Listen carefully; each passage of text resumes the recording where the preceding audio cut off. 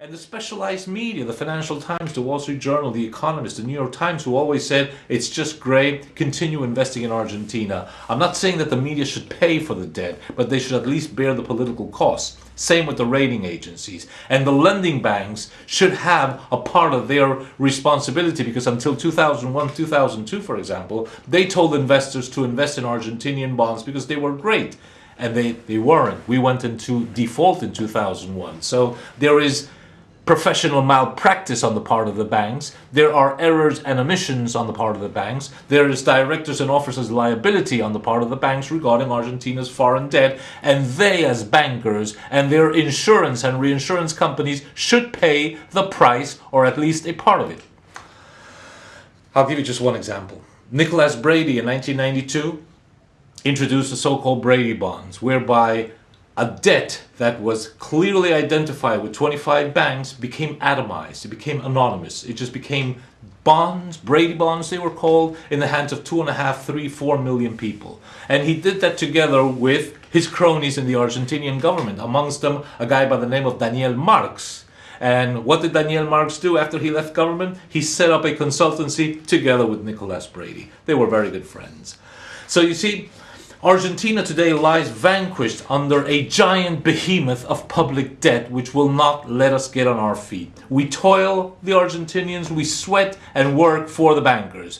Our governments are always governments of the bankers, by the bankers, for the bankers. And it is time that we, the people of Argentina, got back on our feet and threw these people out, kicking them you know where, and getting national sovereignty back in place.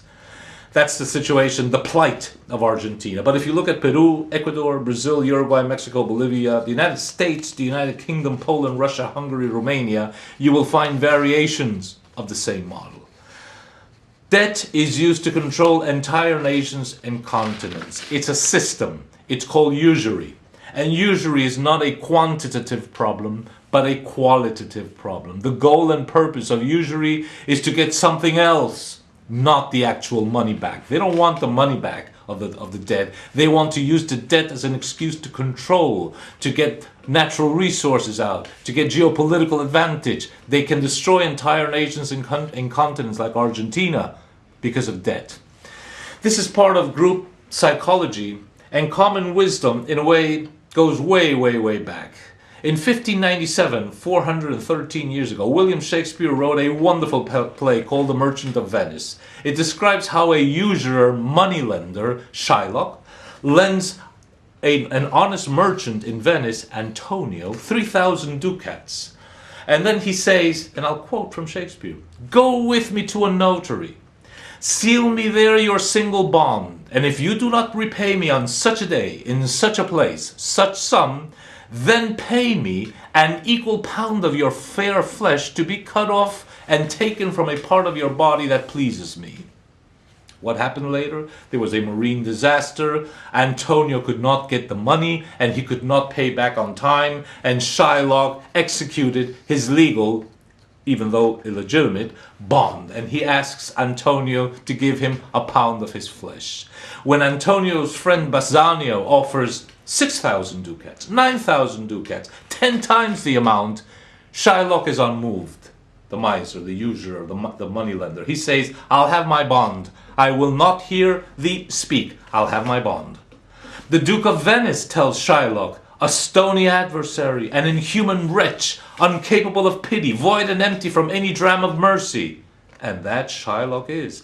But Antonio understands Shylock's mindset, and he says, "You may as well go stand upon the beach and bid the main flood to stay his usual height. You may as well question with the wolf why he hath made the ewe bleat for the lamb. You may as well forbid the mountain pines to wag their tops and make no noise when they are fretting with the gusts of heaven. You may as well do anything most hard as to seek to soften his Jewish heart." Shylock insists he will only have his bond. He wants the pound of flesh, not the money. In Act 1, Scene 3 of The Merchant of Venice, Shylock had already said of Antonio, and I quote, "I hate him, for he is a Christian, and more for that, in low simplicity, he lends out money gratis, free, and thus brings down the rate of issuance, interest, here with us in Venice. Cursed be my tribe if I forgive him. It's Shylock's mindset. In Act 2, Scene 5, he boasts to his daughter, I did dream of money bags tonight. A basic truth is staring down at us from 4 centuries, if we go back to Shakespeare, from 8, 12, no, I don't know how many centuries if we go further back.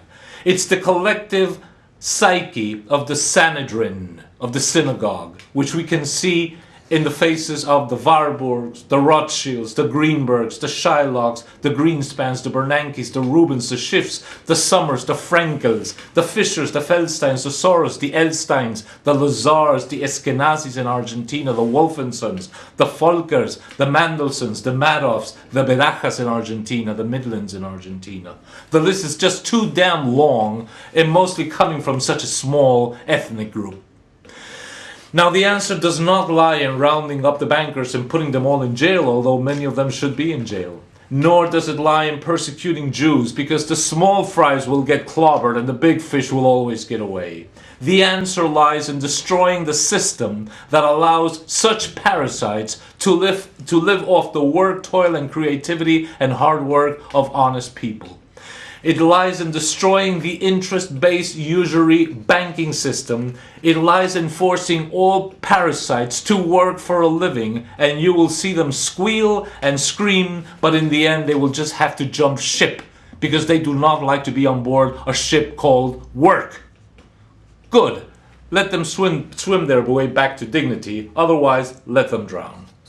We must destroy interest slavery. We must ensure that work is the only way of getting money in a free society. Break the backbone of the usurer, and 90% of mankind's suffering will disappear in a very short time.